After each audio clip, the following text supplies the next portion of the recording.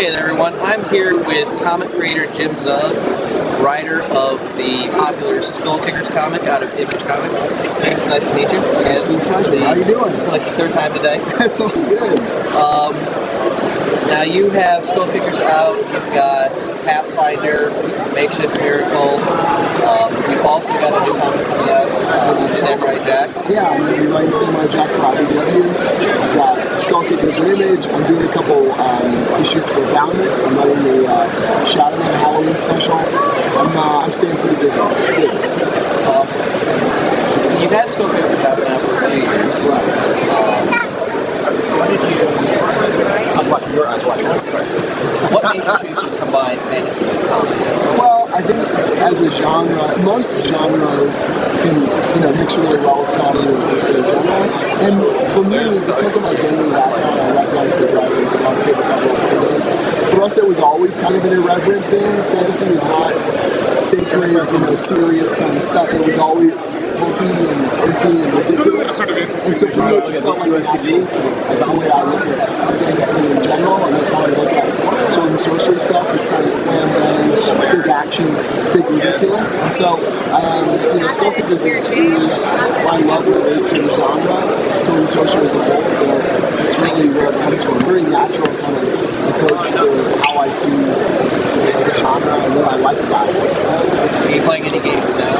I don't get to play regular campaigns, unfortunately. Just my work schedule is crazy. I play some Pathfinder. I read a lot of the books, obviously, as a reference for the comic series I'm writing. I play quite a few board games. I play some Munchkin. I play, different card games. I love co-op board games. So we've been playing a lot of, Pandemic, Sadness Time, and stuff like that. That's usually what my schedule allows for, is like nights with board games and card games, rather than kind of ongoing RPG campaigns. Now, one of my favorite things in Skull Kickers, which honestly the first time I was reading through on Keenspot, I didn't even notice it the first time, but after hearing you on Comic Book Club podcast last year, these sound effects. Right. Can you explain a little bit about Yeah, so the sound effects aren't normal sound effects like it's in most comics. In most comics you'd see like a bang or a clap or a kapow kind of stuff. And for us, they're more like descriptors. So in the original, in a lot of the old Japanese manga that I used to read, they would have sound effects in the old samurai manga that was like musical tones to indicate tension. Or there's one of the ones I loved actually had the words absolute silence as a sound effect. So it's telling you there was no sound, which is a weird sort of anti-sound effect. But I love that idea. I love the ability to use words in fun descriptive ways. So rather than just being like, bang and crash, we use sound effects to enhance the joke. So we use sound effects to sort of build up bigger ideas about what's happening and sort of surprise our readers a little bit. So we love a sound effect like property depreciation or, horrendous damage or things like that to tell people, give them a broader sense of what's going on, make them smile, unexpected sort of juxtaposition of the words and music. Now, with, if you want to call it season 2 or volume 2, right. You've had a lot of these alternate covers. Yeah. Homages to some classics. Right, so we play a lot with,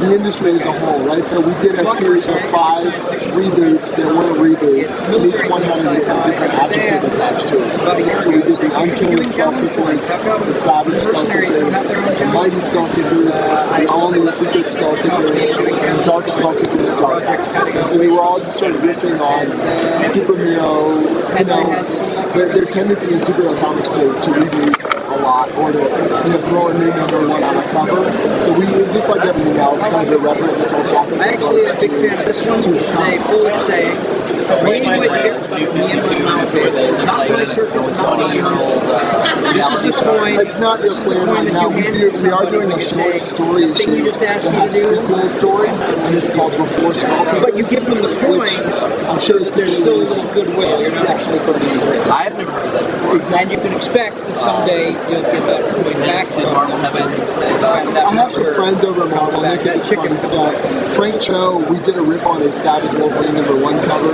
He thought it was hilarious. He posted about it on his Facebook, and he told me it was great. And so, I mean, a lot of the guys in the business are really easy going. Everyone's very cool, and they know, we're just poking fun and kind of throwing an elbow out. And that's really the spirit that's done. I love Marvel superheroes. I love DC superheroes. That is the XDM. This is the XDM V2. See a little dialogue at the bottom. We've got and hoorah. We've got one. We've got two. You've got black. You've got white. You can decide whatever it is that you're Print flipping. and online work.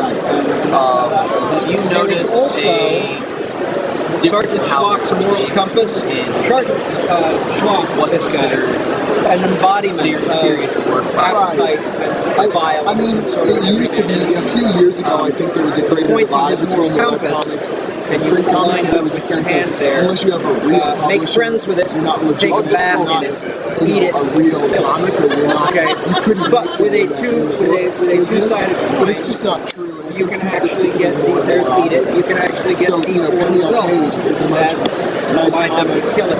It's read more than Justice League. It's read more than the X-Men now. It's not about where people find it. It's about building audience. And it's about legitimacy is making great And the work. other side having an audience that is supports it. that And it doesn't matter where that is. If it's in print, if it's online, the important part is that you make it good.